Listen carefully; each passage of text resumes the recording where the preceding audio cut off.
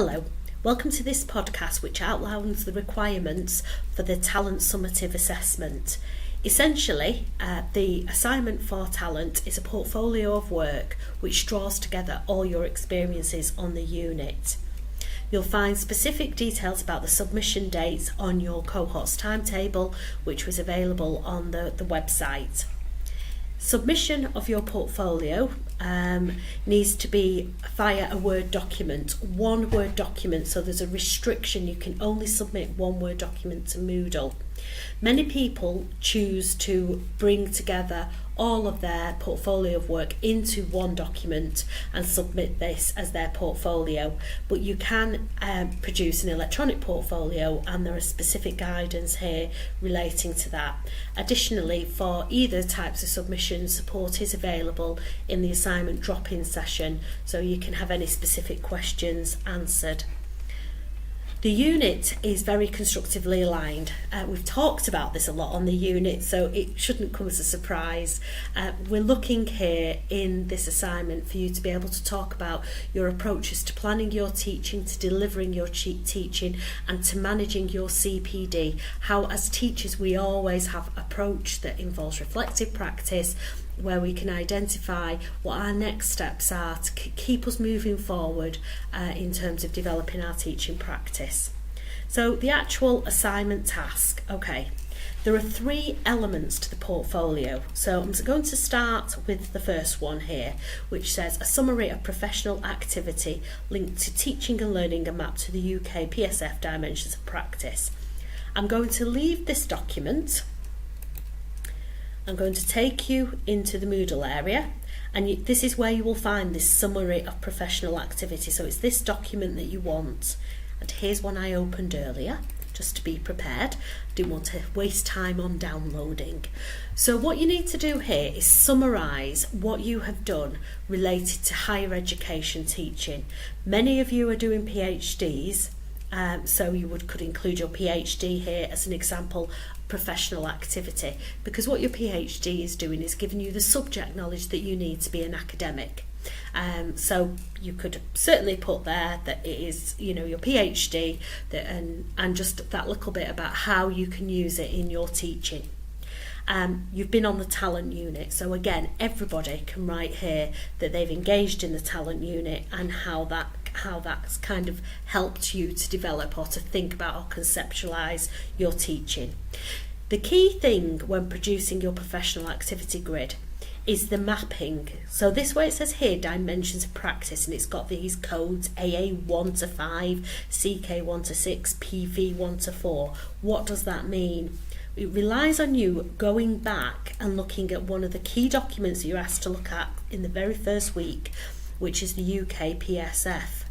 Because if you remember, the talent unit also gives you this professional recognition.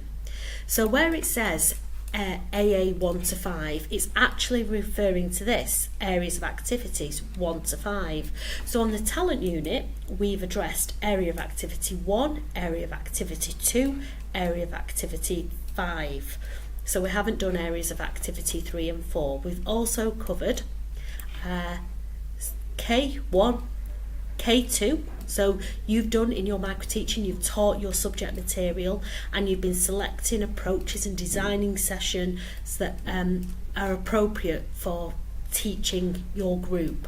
And you certainly have, many of you have done some lovely things relating to professional value 1, which is planning teaching that appeals to a diverse learning community. So I'm going back to the grid. So if I put the talent unit here, I would put area of activity 1, area of activity 2, area of activity 5. So my mapping would be 1, 2, 5, CK 1, 2, professional values 1, and the date of the unit. Now, what your description here, your brief description of the example of activity, should have a very direct link to what mapping you are claiming. So if you are claiming area of activity 1, you need to mention here that the talent unit has given you a space to explore your approaches to planning teaching, because area of activity 1 is all about planning teaching.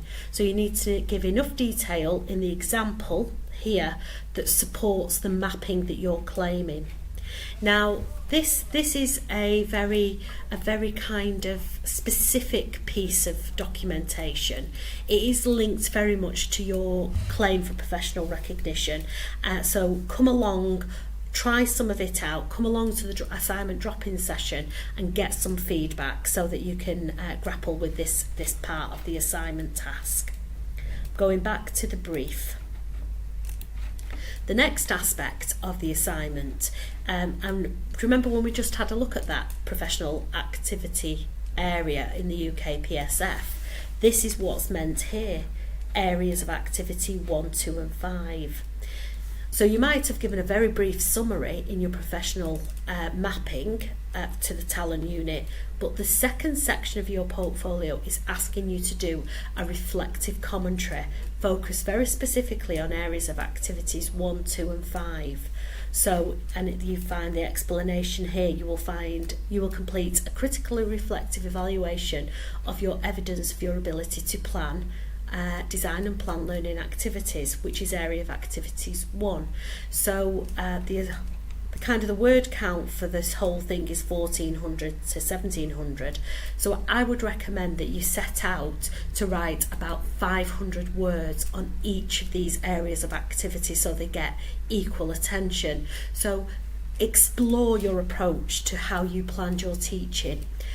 This is really good practice to include copies of your session plan, any kind of reflection or self-evaluation that you did about your planning, any comments or feedback that you got about your session plan from the observations of practice experiences.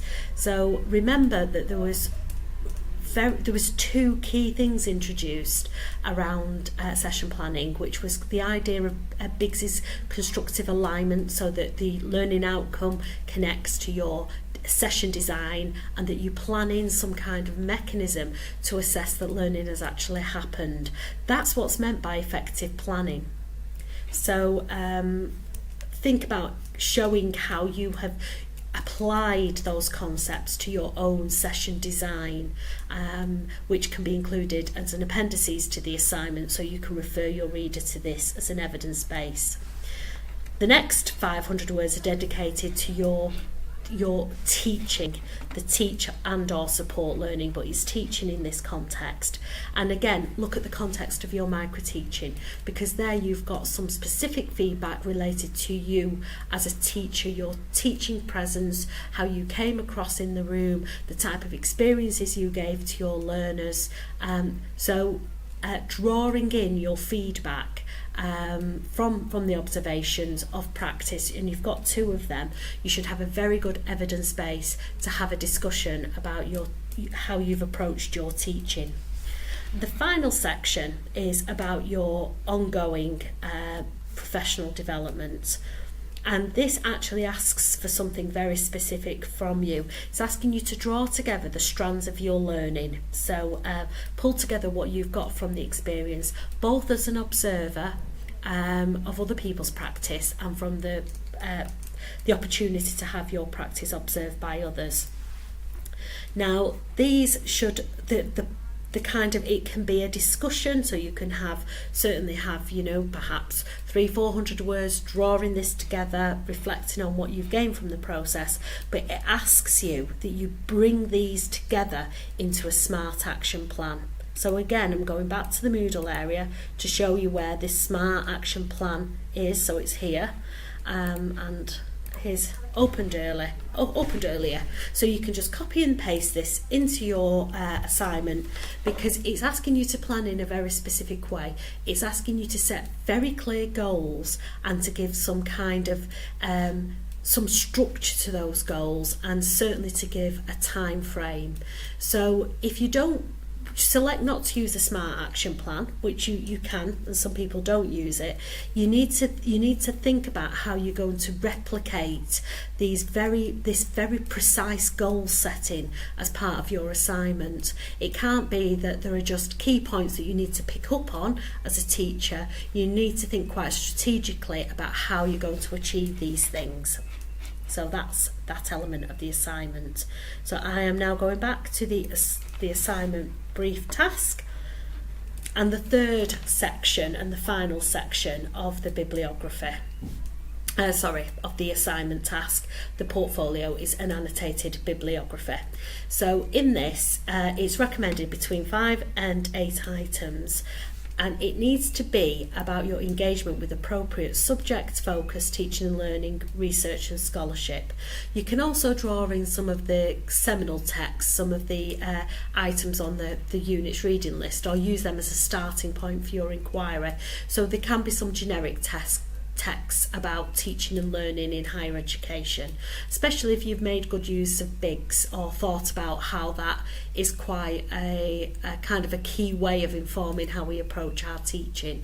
So it's fine to draw in some of those materials, but go beyond that. Do a library search to look for learning and teaching in your discipline area in higher education. You'll be quite surprised and delighted with the treasures you will find. And this is not the type of literature review that you would do for your PhDs, for those of you doing PhDs.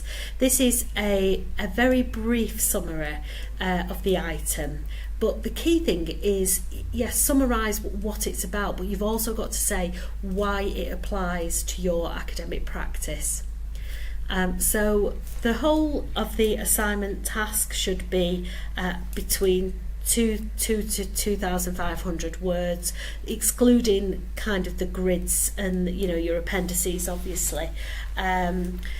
No particular penalties for overlong submissions, but we don't want you to, we want this to be a proportionate task for you.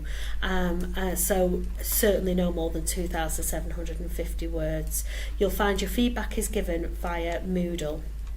The support is available via the optional drop-in session, which really recommend you come along to that so that you can get one-to-one support. You can have your questions answered, get feedback on things like your professional activity grid. Now I'm going to give you some hints and tips. First thing, this is a reflective account. Remember to use I. This is time to embrace the first person. I know for many people you've had many years where you've never been able to use the word I or the first person narrative stance in an assignment. Well, it's time to throw that away and embrace I. This isn't some abstract person, this is you. So it would be my approach to planning. I do this, I do that. So embrace the I. That's the first thing. The second thing is as a tip, is even though the annotated bibliography is the third thing that you would present for your assignment, consider doing it first, because it will give you some additional ideas and things that you might be able to draw into your reflective commentary. So don't do it as the last thing, even though you might present it as the last item in your portfolio. Remember to include all your supporting documentation. So your session plans, the feedback you've received from observations of practice, etc. Because this gives additional context and depth to your work.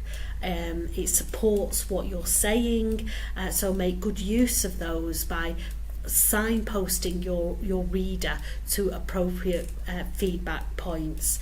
It's very easy to scan your feedback and then insert it as an image. There's never been an assignment that's been too big to submit. It's set on the maximum settings for submission size, so that has never caused anybody any problems in the past. So good luck with your assignment. Remember, support is available. Thank you very much.